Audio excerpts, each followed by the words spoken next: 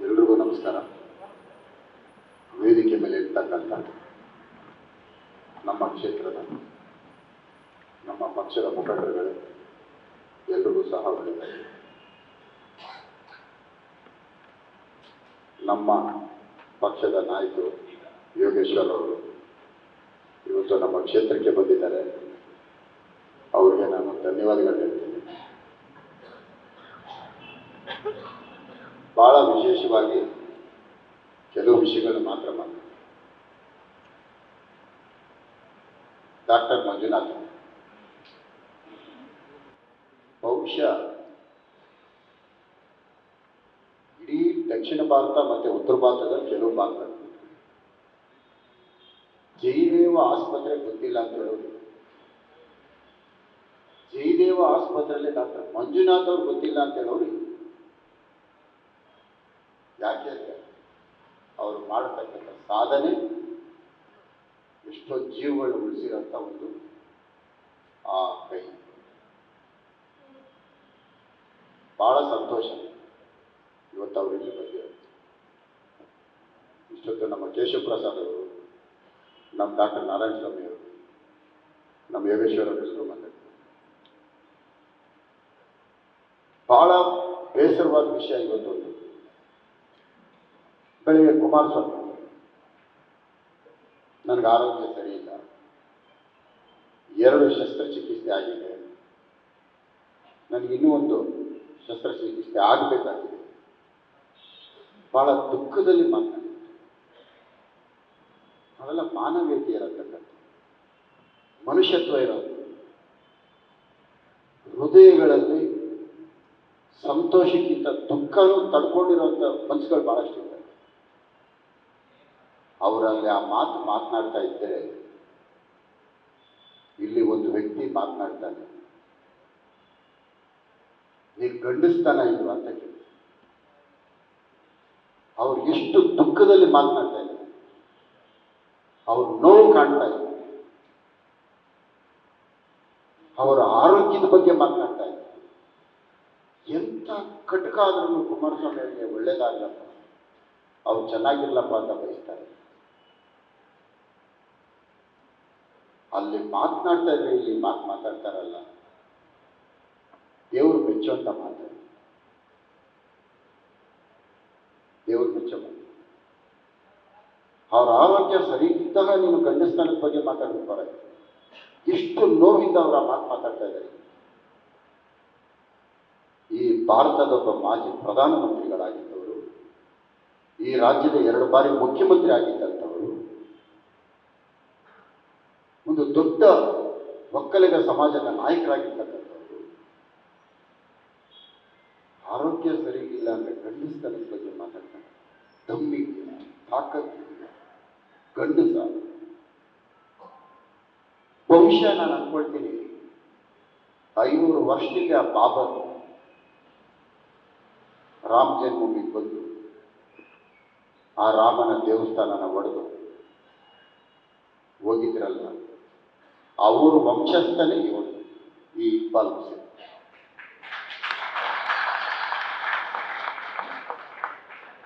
ಇಕ್ಬಾಲ್ ಹುಸೇನ್ ಯಾರು ಅಂದ್ರೆ, 500 ವರ್ಷದಿಂದ ಬಾಬರ್ ಬಂದಿದ್ನಲ್ಲ ಈ ದೇಶಕ್ಕೆ, ಅವರ DNA ಇರೋಂಥ ಆ ವಂಶದವರೇ ಇರಬೇಕು. ಮನುಷ್ಯತ್ವ, ಮಾನವೀಯತೆ ಇಲ್ಲದೆ ಇರೋಂಥ ಎಂಥ ಸಮಯದಲ್ಲಿ ಮಾತಾಡಬೇಕು ಅನ್ನೋ ಜ್ಞಾನ ಇದ್ದಿರತಕ್ಕಂಥ ವ್ಯಕ್ತಿ. 7 ಕೋಟಿ ಕನ್ನಡಿಗರು ಸಹ ಕುಮಾರಸ್ವಾಮಿ ಚೆನ್ನಾಗಿರಲಿ ಅಂತ ಬಯಸುವಂಥದ್ದು, ಆರೋಗ್ಯ ಸರಿ ಇಲ್ಲ ಅಂತಂದ್ರೆ. ಬಹುಶಃ ಆವತ್ತಿನ ಮೊಳಕೆಗಳೇ ಇಲ್ಲ. ಯಾರು? ಇಕ್ಬಾಲ್ ಹುಸೇನ್ ಅಂತ. ಇದಕ್ಕೆ ಉತ್ತರ ರಾಮನಗರದ ಜನತೆನೇ ಕೊಡಬೇಕು. ಈ ಬಾಬರ್ ಸಂತತಿ ಬೇಕಾ ನಿಮಗೆ, ಬೇಡವನ್ನ ತೀರ್ಮಾನ ನೀವೇ ಮಾಡಿ. ರಾಮನಗರ ಜನತೆ ಇವತ್ತು ಬಹಳಷ್ಟು ಜನ ಮಾತನಾಡ್ತಾ ಇದ್ದಾರೆ. ಈ ಬಾರಿ ಕರ್ನಾಟಕದಲ್ಲಿ 28 ಲೋಕಸಭಾ ಕ್ಷೇತ್ರಗಳಲ್ಲಿ ಅತಿ ಹೆಚ್ಚು ಸುದ್ದಿಯಲ್ಲಿರ್ತಕ್ಕಂಥ ಕ್ಷೇತ್ರ ಅದು ಬೆಂಗಳೂರು ಗ್ರಾಮಾಂತರ.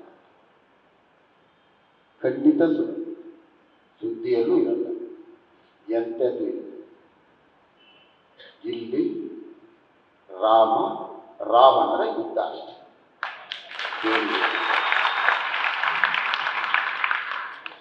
ಬೇರೆ ಏನೂ ಇಲ್ಲ, ಸುದ್ದಿ ಏನೂ ಇಲ್ಲ. ಯಾಕೆ ಅಂದರೆ ಇವತ್ತಷ್ಟೇ ಇಲ್ಲಿ ವಾತಾವರಣ ನಿರ್ಮಾಣ ಆಗುತ್ತೆ. ರಾಮನ್ನ ನಾವು ಯಾರು ಹೋಲಿಸ್ಬೇಕು?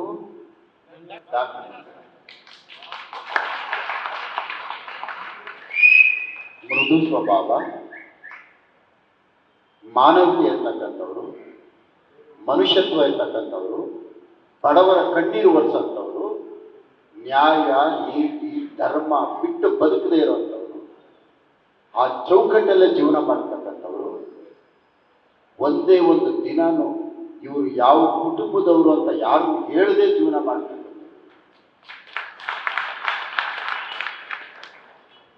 ಒಬ್ಬ ಕಾರ್ಪೊರೇಟರ್ ಆಗ್ಬಿಟ್ಟು ಒಬ್ಬ MLA ಆದ್ರೇನೆ ಗೊತ್ತಾ ನಾನು ಯಾರು ಅಂತಾರೆ, ಕೇಳಿದ್ಯಾ ನಮ್ಮ ಇವ್ರು ಯಾರು ಅಂತ ಅಂತಾರೆ. ಒಂದು ದಿನ ಒಂದು ಕಡೆ ಒಂದು ಸಣ್ಣ ಪದ ನಾನಿಂತ ಕುಟುಂಬದಿಂದ ಇರೋನು ಅಂತ ಒಂದು ಕಡೆ ಮಾತನಾಡಿದಂಥ ಏಕೈಕ ವ್ಯಕ್ತಿ ಅವರೇ ಡಾಕ್ಟರ್ ಮಂಜುನಾಥ್. ಈ ರಾಜ್ಯದಲ್ಲಿ 2 ಬಾರಿ ಮುಖ್ಯಮಂತ್ರಿ ಆಗಿದ್ದರು ಕುಮಾರಸ್ವಾಮಿ. ಯಾವತ್ತನ್ನ ಅವ್ರ ಜೊತೆ ಮಂಜುನಾಥ್ ಅವ್ರು ನೋಡಿದ್ದೀರಾ? ನೋಡಿಲ್ಲ. ಈ ದೇಶದ ಪ್ರಧಾನಮಂತ್ರಿ ಆಗಿದ್ದರು, ಅವ್ರ ಜೊತೆ ಎಲ್ಲಾದ್ರೂ ನೋಡಿದ್ದೀರಾ? ಅವರ ಜೀವನದುದ್ದಕ್ಕೂ ಯಾರಾದ್ರೂ ಒಂದು ದಿನ ದೇವೇಗೌಡರು ಇರ್ಬೋದು, ಕುಮಾರಸ್ವಾಮಿ ಇರ್ಬೋದು, ರೇವಣ್ಣ ಇರ್ಬೋದು, ಒಂದೇ ಒಂದು ಇವ್ರಿಗೆ ಶಿಫಾರಸು ಪತ್ರ ಕೊಟ್ಟರು ಯಾರನ್ನು ನೋಡಿದಿಲ್ಲ? ಇಲ್ಲ. ಸ್ವಂತ ತಿಳುವಳಿಕೆ, ಸ್ವಂತ ಪ್ರತಿಭೆ, ಸ್ವಂತ ಶಕ್ತಿಯಿಂದ ಜೀವನ ಮಾಡತಕ್ಕಂಥ. ಇವತ್ತು ಯೋಗೇಶ್ವರರು ಚುನಾವಣೆ ಸ್ಪರ್ಧೆ ಮಾಡಿದ್ರೆ ನಾನಾ ರೀತಿ ಕೆಸರೆಚ್ಬೋದು, ನಾನು ನಿಂತರು ನನಗೂ ನಾನಾ ರೀತಿ ಕೆಸರೆಚ್ಬೋದು. ಇಲ್ಲದೆ ಇರೋದೆಲ್ಲ ದಾಖಲೆಗಳು ತಂದು ಬಿಡುಗಡೆ ಮಾಡ್ಬೋದು, ಏನು ಬೇಕಾದ್ರೂ ಮಾಡ್ಬೋದು. ಒಂದು ಕೆಲಸ ಮಾಡೋಣ, ಡಾಕ್ಟರ್ ಮಂಜುನಾಥ್ ಅವ್ರ ಬಗ್ಗೆ ಒಂದು ಸಣ್ಣದು ಯಾವುದಾದ್ರೂ ಒಂದು ಆರೋಪ ನೀವು ಸೃಷ್ಟಿ ಮಾಡ್ತೀರಿ. ಇವಾಗ ರಾಜಕೀಯ ಏನು ದಾಖಲೆ ಬೇಕಾದ್ರೂ ತಯಾರು ಮಾಡ್ಬೋದು, ಅದು ನಾಳೆಯಿಂದ ಜಾಸ್ತಿ ಆಗ್ತದೆ. ಯಾಕೆ ಅಂದರೆ ಇವತ್ತು ಹೆಸರು ಬಂದ್ಬಿಡ್ತಲ್ಲ, ನೆನ್ನೆವರೆಗೂ ಯಾರು ಯಾರು ಅನ್ನೋದು. ಇವತ್ತಿಂದ ಏನು ಹೇಳಕ್ಕಾಗಲ್ಲ, ಒಂದೇ ಒಂದು ಹೇಳಿ, ಯಾವುದೋ 85 86 ಇರ್ತಕ್ಕಂಥ ಒಂದು ಮನೆ ಇವತ್ತು ಆಗಿದೆ, ಬೇರೆ ಏನು. ಒಬ್ಬ ಸಾಮಾನ್ಯರಲ್ಲಿ ಸಾಮಾನ್ಯವಾಗಿ ಬದುಕ್ತಾ ಇರ್ತಕ್ಕಂಥ ಒಂದು ವ್ಯಕ್ತಿ ಯಾರಾಗಿದೆ, ಅದು ಡಾಕ್ಟರ್ ಮಂಜುನಾಥ್.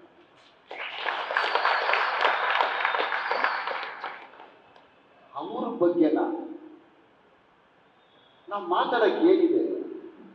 ಇವತ್ತು ಬೆಂಗಳೂರು ಗ್ರಾಮಾಂತರದಲ್ಲಿ ಪ್ರಜ್ಞಾವಂತ ಮತದಾರರು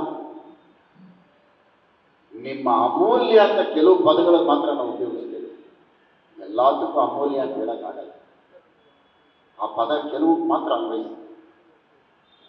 ಆ ಅಮೂಲ್ಯ ಅನ್ನೋ ಪದ ಮತಕ್ಕೆ ಅನ್ವಯಿಸ್ತದೆ.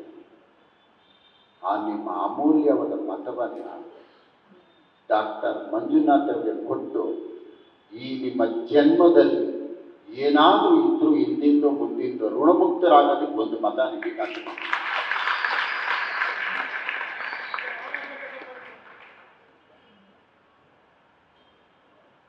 ಯಾತಕ್ಕೆ ಒಂದು ಮತ ಹೇಳ್ತಾ ಇದ್ದೀನಿ ಅಂದರೆ, ನಮ್ದು ಏನಾದ್ರು ಇತ್ತು ನಾಳೆ ಮೇಲಕ್ಕೆ ಹೋದಾಗ ನೀನು ಇಷ್ಟು ಪಾಪಗಳಿದೆ, ನೀನು ನರಕಕ್ಕೆ ಹೋಗುವಂತ ಯಮಧರ್ಮರಾಜ ಹೇಳ್ತಾನೆ.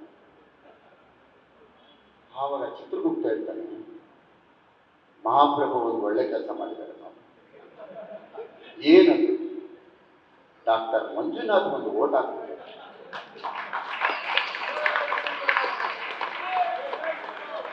ಆವಾಗ ಯಮಧರ್ಮರಾಜ ಹೇಳ್ತಾನೆ, ಇವನು ಮಾಡಿರೋ ಎಲ್ಲ ಪಾಪಗಳಿಗಿಂತ ಇದು ತುಂಬಾ ಪುಣ್ಯವಾದದ್ದು ಒಂದು ಮಾಡಿದ್ದಾನೆ, ಇವನ ಸ್ವರ್ಗಕ್ಕೆ.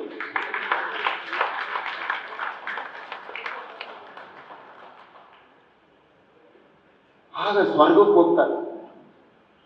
ಸ್ವರ್ಗದಲ್ಲಿ ಎಲ್ಲ ಸಿಗ್ತಾನೆ. ಏನಪ್ಪ ನೀನು ಒಂದೇ ಒಂದು ಪುಣ್ಯ ಮಾಡಿ ಇಷ್ಟೊಂದು ಸ್ವರ್ಗಕ್ಕೆ ಬಂದಿದೆ, ಎಷ್ಟು ದಿನ ಯಮ ಇಲ್ಲಿರ ಕೇಳವ್ರೆ ಅಂತ. ಏನಿಲ್ಲ ಇದ್ಬಿಡು ಅಂತ ಕಳಿಸ್ಬಿಟ್ಟವ್ರೆ. ನಾವು ಏನೇನೋ ಮಾಡಿದ್ವಿ, ನಮ್ಮ ಬರೀ 2 ತಿಂಗಳು 3 ತಿಂಗಳೇ ನಮ್ಮ ಸ್ವರ್ಗ. ತಿರ್ಗಾ ನಾನು ನರಕಕ್ಕೆ ಹೋಗ್ಬೇಕು. ಇನ್ಮೇಲೆ ಯಮ ನಿಮ್ಗೆ ಏನಾದ್ರು ಬೇಕು ಅಂದ್ರೆ ಭೂಲೋಕಕ್ಕೆ ಹೋದಾಗ ಮಂಜುನಾಥ್ ಅಂತವ್ರು ನಾನು ಓಟ್ ಹಾಕ್ಬಿಟ್ಟು ಜೀವನ ಪೂರ್ತಿ ಸ್ವರ್ಗದಲ್ಲೇ ಇರ್ತೀನಿ.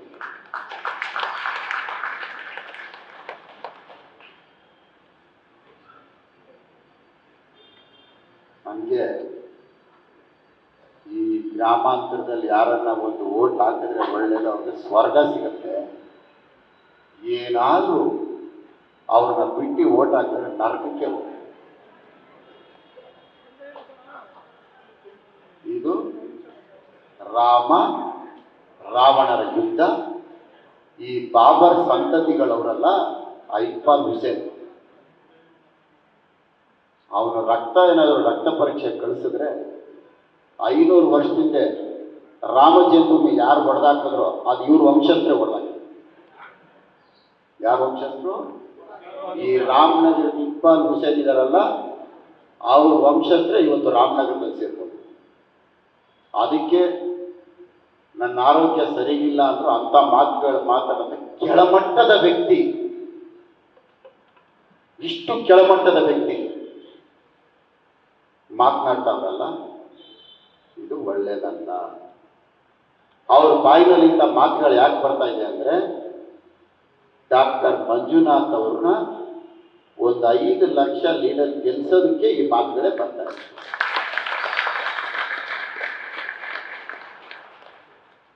ಆ ಮಾಗಡಿ ಬಾಲಕೃಷ್ಣ ಮಾತಾಡ್ತಾನೆ ಅವ್ರೆ, ನಾನು ಮಂಜುನಾಥ್ ಯಾಕೆ ಗೆಲ್ಲಿಸ್ತೀರಿ, ಮಂಜುನಾಥ್ ಯಾಕೆ ಗೆಲ್ಲಿಸ್ತೀರಿ? ಮಂಜುನಾಥ ನಿಲ್ಸಿದೀವಪ್ಪ. ಆಮೇಲೆ ಏನೋ ಹೇಳೋವ್ರೆ, ಅವ್ರಿಗೆ ತಾಲೂಕುಗಳು ಗೊತ್ತಾ, ಪಂಚಾಯತಿಗಳು.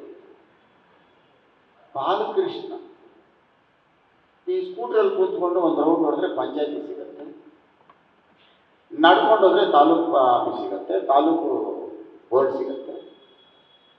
ಈಗ ನಾವೆಲ್ಲರೂ ಸೇರ್ಕೊಳ್ಳೋಣಪ್ಪ, ಒಂದು ಹೃದಯನ ಬಗೆದ್ಬಿಟ್ಟು ಒಂದು ಆಪರೇಷನ್ ಮಾಡಕ್ಕೆ ನಾವು ಬರ್ತದೇನಪ್ಪ, ನೀನು ಮಾಡಪ್ಪ. ಆ ರಕ್ತನಾಳನ ಮುಟ್ಟಕ್ಕೆ ಬರಲ್ವಲ್ಲ ನಮಗೆ. ಡಾಕ್ಟರ್ ಕಲಿದಿರೋ ವಿದ್ಯೆ ಯಾವುದೈತೆ? ಅವ್ರೇನು ಬರೀ ಒಂದಲ್ಲಪ್ಪ, ಬಿಲ್ಡಿಂಗ್ ಕಟ್ಟೋ ಜಾಗದಲ್ಲಿ ಹೋಗಿ ನಿಂತ್ಕೊಳ್ತಾರೆ. ಯಾಕ್ರಿ ಲೈನ್ ಇಲ್ಲ ಅಂತ ಕೇಳ್ತಾರೆ. ಅಲ್ಲಿಗೆ ಅವ್ರನ್ನೇನಂತ ಕರಿಬೇಕು ನಾವು? ಇಂಜಿನಿಯರ್. ಅದೇ 1901 ವಿಕ್ಟೋರಿಯಾ ಹಾಸ್ಪಿಟಲ್ ನಿರ್ಮಾಣ ಮಾಡ್ತಾರೆ. 1901. ಅವತ್ತಿನ ಬೆಂಗಳೂರು ಜನಸಂಖ್ಯೆ ಎಷ್ಟು ಗೊತ್ತಾ? 1,63,000. ಬೆಂಗಳೂರು ಅಂತ ಏನ್ ಕರಿತೀವಿ, ಅಧಿಕೃತವಾಗಿರ್ತಕ್ಕಂಥ ದಾಖಲೆಗಳಲ್ಲಿ 1,63,000. ಆ ಆಸ್ಪತ್ರೆ ಕಟ್ಟಿದ ಮೇಲೆ ಹೆಚ್ಚು ಕಮ್ಮಿ 123 ವರ್ಷ ಆಗಿದೆ. ಯಾರಾದ್ರೂ ಒಬ್ಬರು ಡಾಕ್ಟರ್ ಮಂಜುನಾಥ್ ಅಂತ ಅವ್ರು ಯಾಕಪ್ಪ ತರಕ್ಕಾಗಲಿಲ್ಲ? ಈಗ ಯೋಚನೆ ಮಾಡ್ತಾವ್ರೆ, ಈ ಅಣುಬಾಂಬು ಆ ಜಯದೇವ ಈಚೆ ಹೋಗುತ್ತೆ ಅಂತ ಗೊತ್ತಿದ್ದಿದ್ರೆ ಇನ್ನೊಂದು 6 ತಿಂಗಳು ಅಲ್ಲೇ ಇಟ್ಕೊಂಡ್ಬಿಟ್ಟೆ.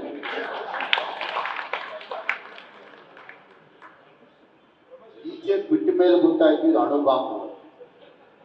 ಈಗ ಮೋದಿ ಅವ್ರು ಚೆಕ್ ಮಾಡಿದ್ರಲ್ಲ ನೆನ್ನೆನಲ್ಲ, ಪೋಖ್ರಾನಲ್ಲಿ ನೆನ್ನೆ ಅಣುಬಾಂಬ್ ಚೆಕ್ ಮಾಡಿದ್ರಲ್ಲ ಮೋದಿ ಅವರು, ಭಾರತ್ ಶಕ್ತಿ. ಈ ಕಾಂಗ್ರೆಸ್ ಅವ್ರಿಗೆ ಗೊತ್ತಾಗಿಲ್ಲ ನಮ್ಮ ಪಕ್ಕದಲ್ಲೇ ಒಂದು ಅಣುಬಾಂಬು ಭಾರತ್ ಶಕ್ತಿ ಐತೆ ಅಂತ. ಯಾಮಾರ್ಬಿಟ್ರು ಅದು ಇಲ್ಲಿ ನಾವು ಹಾಕಿ ಟೆಸ್ಟ್ ಮಾಡ್ತೀವಿ. ನಿನ್ನೆ ಅಲ್ಲಿ ಮೋದಿ ಅವರು ಅಲ್ಲಿ ಚೆಕ್ ಮಾಡಿದ್ರೆ ಇವತ್ತು ಗ್ರಾಮಾಂತರದಲ್ಲಿ ನಾವು ಚೆಕ್ ಮಾಡ್ತೀವಿ.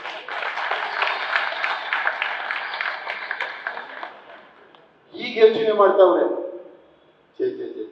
ತಪ್ಪು ಮಾಡ್ತಾರೆ. ಆ ಗುಲ್ಬರ್ಗ ಜಯದೇವ ಓದಿತ್ತು, ಅದು ಪೂರ್ತಿ ಆಗೋರು ಇಲ್ಲೇ ಇರಬೇಕು ಅಂತ ಒಂದು ಆದೇಶ ಮಾಡಿದ್ರೆ ಡಾಕ್ಟರ್ ಇಲ್ಲೇ ಇರ್ತಾರೆ.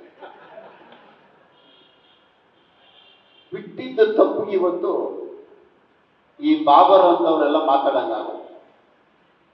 ಈಗ ಅದಕ್ಕೆ ಪಶ್ಚಾತ್ತಾಪ ಪಡ್ತಾ ಇದ್ದಾರೆ.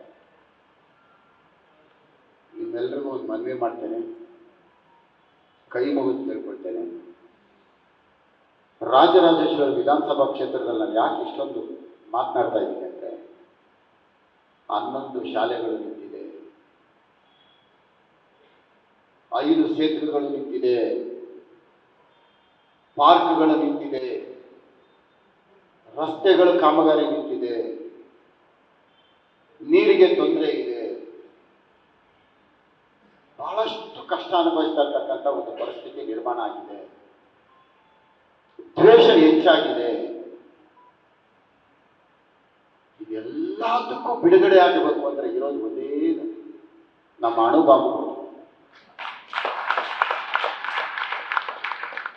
ಡಾಕ್ಟರ್ ಮಂಜುನಾಥ್ ಇದೆಲ್ಲ ಕ್ಲೀನ್ ಮಾಡಿ ಹಿಂದೆ ಇದ್ದಂಥ ರಾಜರಾಜೇಶ್ವರಿ ಏನಿತ್ತೋ,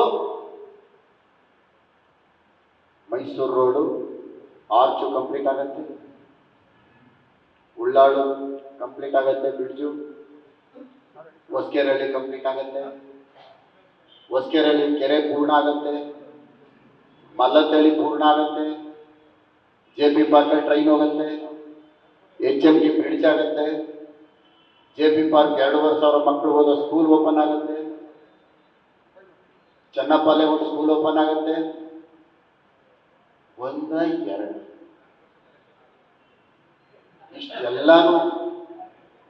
ಇಷ್ಟು ಎಲ್ಲಾನು ಆಗಬೇಕು ಅಂದರೆ ನನಗೆ ನನ್ನ ಕೈ ಬಲಪಡಿಸಿ ನಿನ್ನ ಜೊತೆಗೆ ನಾನು ಇದ್ದೀನಿ ಅಂತ ಒಂದು ಶಕ್ತಿ ಬೇಕು ಅಂದರೆ ಅದು ಡಾಕ್ಟರ್.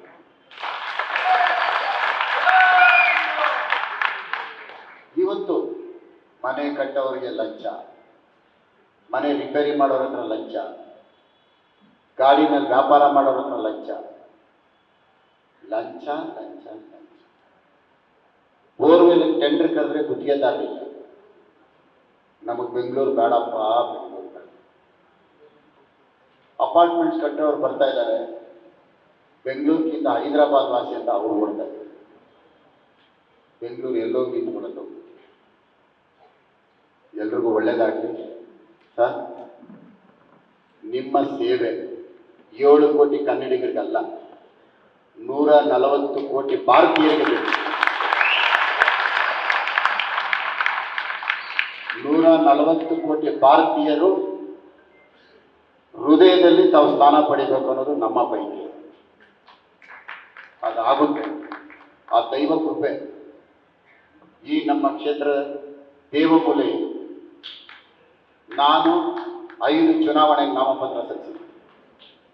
5 ಚುನಾವಣೆಗೂ ನಾಮಪತ್ರ ಸಲ್ಲಿಸಿದ್ದೀನಿ. ಆ ತಾಯಿ ಚೌಡೇಶ್ವರಿ ನನಗೆ ಇಲ್ಲಿವರೆಗೂ ತಂದಿರೋದು. ಅದೇ ಜಾಗದಲ್ಲಿ ಇವತ್ತು ತಮಗೆ ಒಂದು ಮಂಗಳಾರತಿ ಕೊಡಬೇಕು ಅನ್ನೋದು ನನ್ನ ಆಸೆ. ಅದೊಂದು ಮಾಡ್ಕೊಂಡು ಹೋಗೋಣ. ಎಲ್ರಿಗೂ ಒಳ್ಳೇದಾಗಲಿ. ನಮಸ್ಕಾರ. ಮತ್ತೆ ಭೇಟಿ ಮಾಡೋಣ. ಜೈ ಜೈ ಕರ್ನಾಟಕ. ನ್ಯೂಸ್ ಫಸ್ಟ್, ನಿರ್ಭೀತಿಯಿಂದ ನಿಮ್ಮ ಪರವಾಗಿ.